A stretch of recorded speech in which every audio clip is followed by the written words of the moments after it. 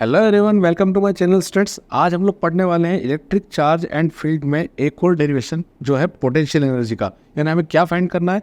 Potential energy of N electric dipole in uniform electric field.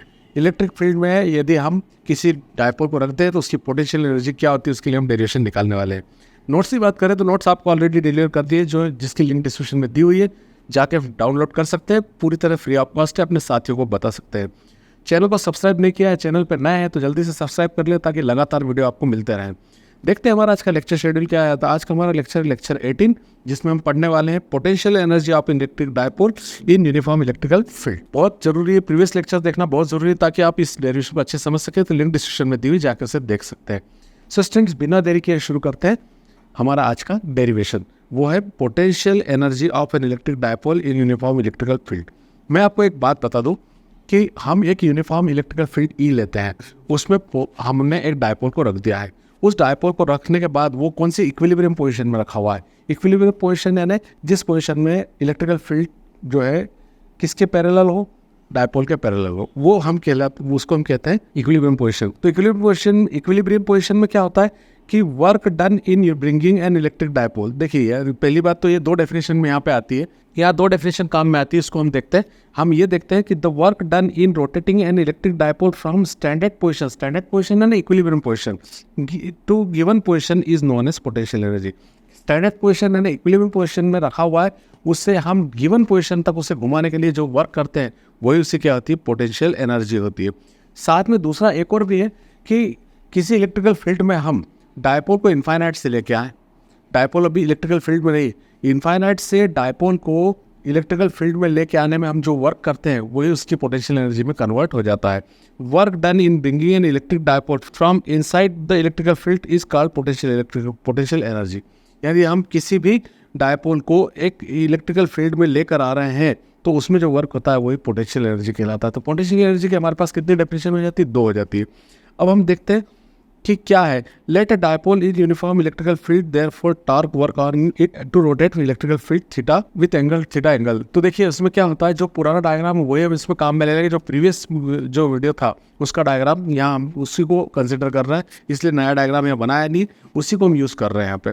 सो देखिए उसमें हम यदि थीटा एंगल से उसको घुमाते हैं तो उस पर टॉर्क वर्क करता है। और टॉर्क की डेफिनेशन हम निकाल चुके हैं, torque equal to p sine theta. तो पी साइन थीटा हमने ले लिया, लेकिन हमें वर्क करना है उसे थीटा एंगल से घुमाने के लिए। मैंने पहले भी सिखाया कि थीटा एंगल से एक साथ नहीं घुमा रहे हैं, हम इंटीग्रल करने वाले हैं, इसलिए हम उसे डी थीटा के छोटे छोटे एंगल से घुमाएंगे।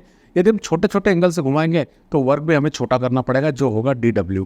तो हम उस वर्क के लिए देखते हैं कि वर्क डन क्या होता है। Work equal to force into displacement. तो वर्क हो गया DW, फोर्स हमारा हो गया टॉर्क, और डिस्प्लेसमेंट हो गया डी थीटा।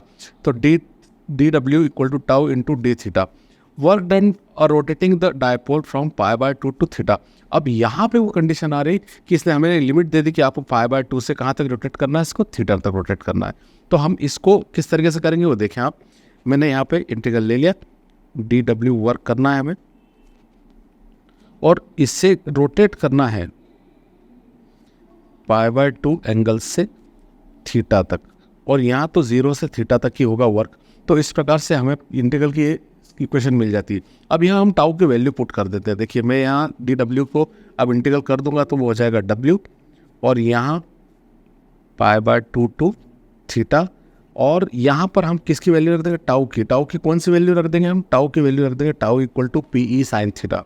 तो टाउ की वैल्यू यहाँ रख देते हैं PE साइन थीटा, और डी थीटा अपनी जगह पर ही है। देखिए स्टूडेंट्स, यही गलती होने की संभावना है, बस यहाँ पे आप इसको थोड़ा पिकअप कीजिएगा कि किस तरीके से मैंने वैल्यू रखी है और लिमिट्स क्या है इसकी। अब W equal to PE constant है, बाहर निकाल लेते हैं तो हमें मिल रहा है π/2 to theta sine theta d theta.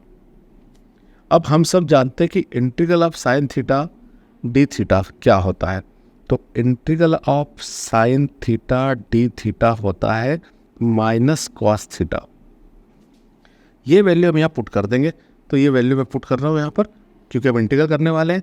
W equal to PE हमने इंटीग्रल कर दिया साइन थीटा का, तो वो हो गया माइनस कॉस थीटा, और लिमिट हमारी जो थी वो π/2 से थीटा, वो ब्रैकेट पे हमेशा आगे लगती है, जो मैंने प्रीवियस लेक्चर में आपको काफ़ी डिटेल में समझाया हुआ है।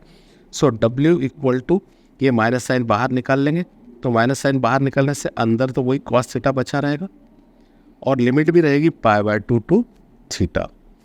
अब हम लिमिट अप्लाई कर देंगे यहाँ पे। तो लिमिट कैसे लगाई जाती है?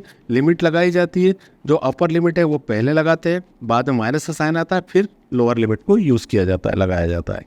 तो यहाँ हम वो कर रहे हैं, W equal to minus P E cos theta minus cos π/2, ये लिमिट हमने अप्लाई कर दी।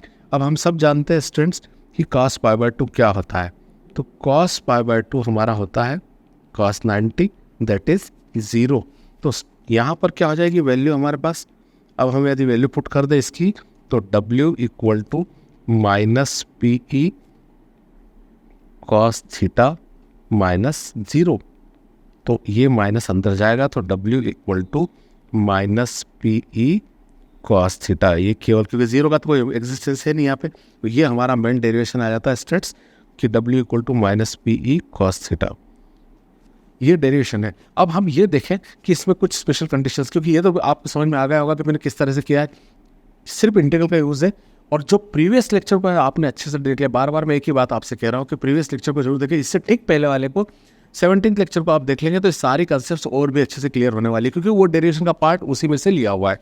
अब यहाँ पर W equal to minus p cos theta होगा। अब इसमें स्पेशल कंडीशंस होती हैं, वो देखते हैं हम कि केस नंबर 1 देखें तो केस फर्स्ट। अब केस फर्स्ट में क्या है वो देखें। केस फर्स्ट में हम देखते हैं if theta equal to 0 degree. Theta equal to 0 degree कब होगा? जब हमारा डायपोल इक्विलिब्रियम पोजीशन में होगा इलेक्ट्रिकल फील्ड के साथ, मतलब दोनों पैरेलल होंगे। तो इसमें हम वैल्यू रख के देखेंगे इस फार्मूले में। सो हमारा फार्मूला है W equal to minus P E cos theta, theta की जगह हमने 0 डिग्री रख दिया। अब हम सब जानते हैं कि कॉस 0 की वैल्यू क्या होती है? 1 होती है, यानी W equal to minus P E into 1, that is W equal to minus P E. मतलब यहाँ आपको समझ में आ गया होगा कि क्या हुआ कि जब डायपोल इक्विलिब्रियम पोजीशन में होता है, यानी स्टैंडर्ड पोजीशन में होता है, मतलब दोनों इलेक्ट्रिकल फील्ड और डायपोल दोनों पैरेलल होते हैं, उस समय पोटेंशियल एनर्जी की वैल्यू क्या होती है? मैक्सिमम होती है। तो ये पोटेंशियल एनर्जी हमारा W है, हमारा वर्क ही हमारी क्या हो जाएगी? पोटेंशियल एनर्जी हो जाएगी। तो आपको ये ध्यान देना है यहाँ पे कि W की वैल्यू क्या होगी। अब हम देखते हैं केस 2। केस 2 में हम लेंगे कि if theta equal to 90 degree, मतलब क्या हुआ कि ये इक्विलिब्रियम पोजीशन से हट के अब इलेक्ट्रिकल फील्ड के परपेंडिकुलर डायरेक्शन में आ गया, मतलब वो 90 डिग्री पे आ गया। अब 90 डिग्री पे हम देखते हैं कि इस वैल्यू को यदि पुट करते हैं तो क्या आता है। So W equal to minus P E cos 90। तो हमारी पोटेंशियल एनर्जी जो बन जाएगी, देखिए यहाँ पे हम सब जानते हैं कि कॉस 90 का वैल्यू जो होता है वो 0 होता है। तो माइनस पी ई इंटू 0, तो W की वैल्यू हो जाएगी टोटल 0।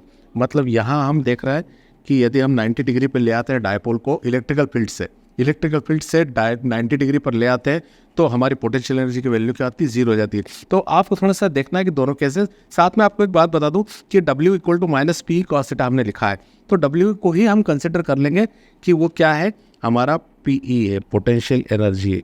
तो पोटेंशियल एनर्जी की वैल्यू भी क्या होगी? Minus PE cos theta. तो इस तरीके से हम इसको समझ सकते हैं कि ये क्या हुआ और डेरिवेशन हमारा किस प्रकार से निकला है। आप W के फॉर्म में भी लिख देंगे तो भी सही जाएगा, क्योंकि वर्क की एनर्जी होता है और W को आपने पोटेंशियल एनर्जी यहाँ मेंशन कर दिया है, तो पोटेंशियल एनर्जी मेंशन करने से ही और भी क्लियर हो जाता है।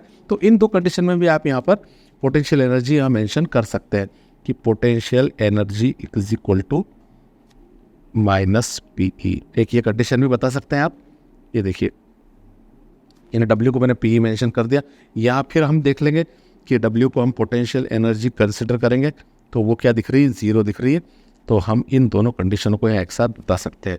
तो आई थिंक आपको ये समझ में आ गया होगा कि मैं एक बार फिर आपको बता देना चाहता हूँ कि इसके अंदर थ्योरी पार्ट है, डायग्राम पुराना वाला ही है जो मैंने पहले बनाया हुआ था, इसलिए मैंने यहाँ बनाया नहीं है, आप उसको बना लीजिएगा। सबसे पहली बात याद रखिए कि किसी भी, मान लो थोड़ी देर के लिए डायपोल है और यहाँ इलेक्ट्रिकल फील्ड है और यूनिफॉर्म इलेक्ट्रिकल फील्ड है, इस डायपोल को हम कहीं बाहर से इनसाइड इलेक्ट्रिकल फील्ड में लाते हैं तो हम वर्क करते हैं, वो वर्क इसकी क्या होती है, पोटेंशियल एनर्जी होती है। या ये कहे कि ये इक्विलिब्रियम पोजीशन में इलेक्ट्रिकल फील्ड में प्रेजेंट है तो इसे हम थीटा एंगल से घुमा देते हैं, तो थीटा एंगल से इसे घुमाने के लिए जो हमने वर्क किया है वो इसकी पोटेंशियल एनर्जी होती है। ये सारा पार्ट मैंने यहाँ थ्योरी में लिख के दिया हुआ है और बाकी सारी स्टेप्स को मैंने आपको 1 बाय 1 यहाँ दिखा दिए। तो आई थिंक ये आपको क्लियर हो गया होगा। प्रैक्टिस करते रहना है, प्रैक्टिस छोड़ना नहीं है। प्रैक्टिस करेंगे उतना ही प्रिसाइसनेस बढ़ेगा, उतना ही आपका सॉफ्टनेस सॉल्व करने में बढ़ जाएगा। तो प्रैक्टिस करते रहिए, पढ़ते रहिए। मिलते हैं नेक्स्ट वीडियो में। Till the stay blessed and good bye.